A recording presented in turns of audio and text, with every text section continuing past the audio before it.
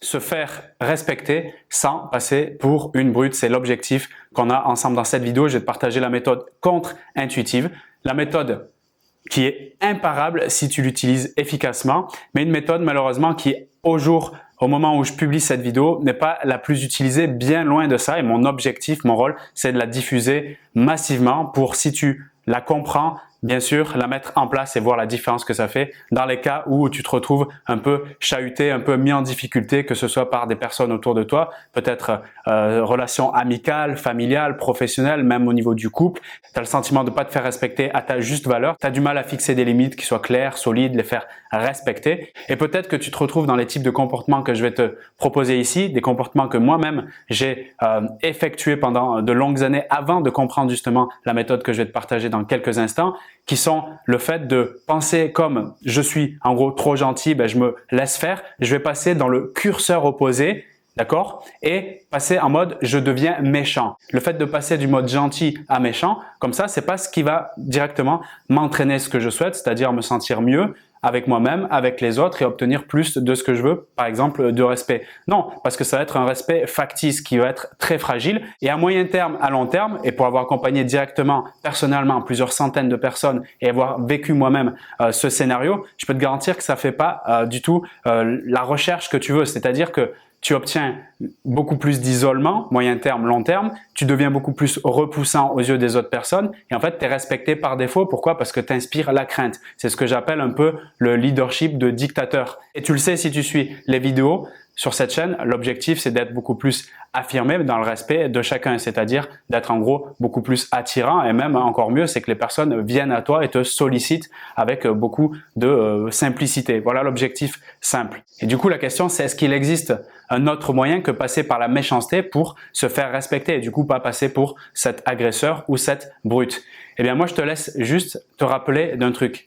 Quand tu étais enfant, qu'est-ce qui faisait que tu te sentais bien avec les personnes autour de toi, que ce soit des parents, que ce soit des personnes qui avaient peut-être à l'école, des camarades de classe, etc. Essaye de te rappeler qu'est-ce qu'ils faisaient. Tu dis, tiens, je respecte les personnes autour de moi, je me sens bien à leur contact.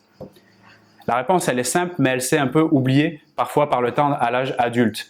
D'accord? La réponse, c'est quand tu te sentais considéré, quand tu te sentais reconnu, quand tu avais des marques d'attention de la part de ces personnes, parents, camarades, etc.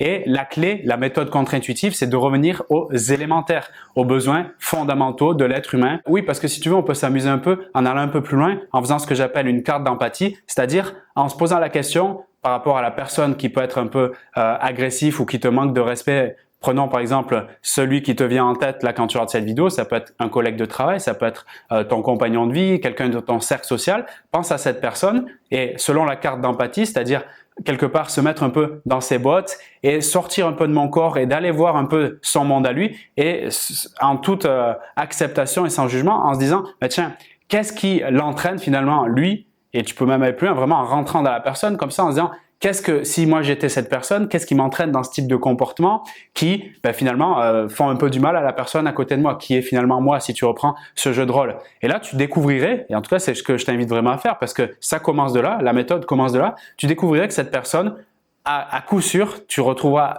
à 100% des cas, c'est qu'il y a un fort manque, une forte lacune en termes de considération, en termes de marque d'attention, en termes au fond de dire s'il vous plaît, je suis important, j'existe, reconnaissez-moi. Et c'est ce que fait cet enfant quand il tend les bras à sa maman comme ça ou à son papa, c'est qu'il est en train de dire j'existe, j'ai besoin d'attention. Et c'est naturel parce que sans ça, on meurt. Et il y a des études qui l'ont démontré à l'entre-deux-guerres, notamment avec le docteur René Spitz. Si ça peut t'intéresser, tu regarderas les références sur Google Scholar ou autre, eh bien, qui indique que oui, sans attention, sans besoin même affectif, sans nourrir ces besoins-là, en fait, on meurt, même si on est nourri avec de l'alimentation et même de la bonne alimentation. Donc, quand on grandit, quand on est adulte, ça fonctionne toujours ce principe-là, puisque ce sont des besoins fondamentaux. Eh bien, la personne qui agresse, la personne qui te met en difficulté, qui te respecte pas, bien sûr, c'est tentant d'aller passer en mode méchant, c'est tentant d'aller jouer finalement en utilisant les mêmes armes qu'elle, c'est-à-dire l'agresser, peut-être verbalement, monter le ton de voix, peut-être faire des coups en douce, en mode passif-agressif. Oui, c'est tentant. Mais quels sont les résultats quand tu fais ça? Peut-être ça soulage sur le moment, mais tu perds moyen terme, long terme et la relation y perd et donc la personne aussi.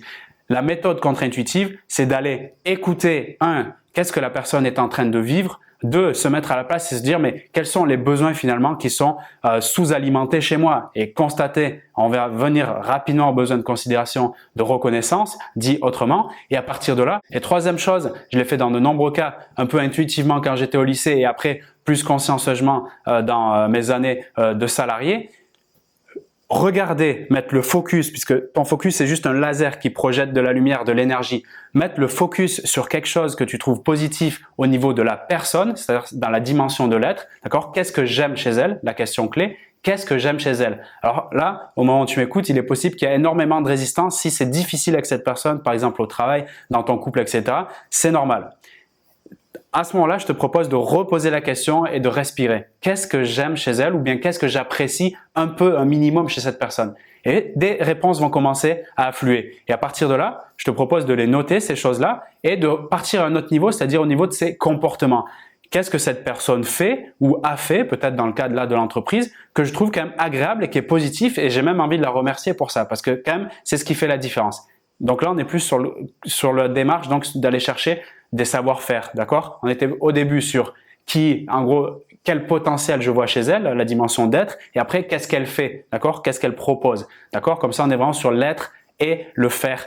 Comme ça nous permet de élaborer plusieurs dimensions. Le but, c'est de mettre énormément d'informations à ton cerveau sur un focus pour que lui se dise, tiens, ok, je vais aller chercher ces informations-là, et ça va te faire en fait faire une sorte de changement de conscience, de recadrage de signification par rapport à la circonstance. Vraiment, je t'invite à aller jusqu'au bout du truc si particulièrement aujourd'hui c'est pas facile avec une personne ou un groupe de personnes. Et à partir de là, l'étape la plus importante, même si elles le sont tous, mais c'est là qui va faire une grande différence, y compris, et je vais même te dire mieux, si la personne manque beaucoup de respect avec toi, c'est encore plus puissant. Crois-moi, pour avoir coaché des centaines de personnes sur ce cas-là, les retours sont juste incroyables quand on va jusqu'au bout du truc.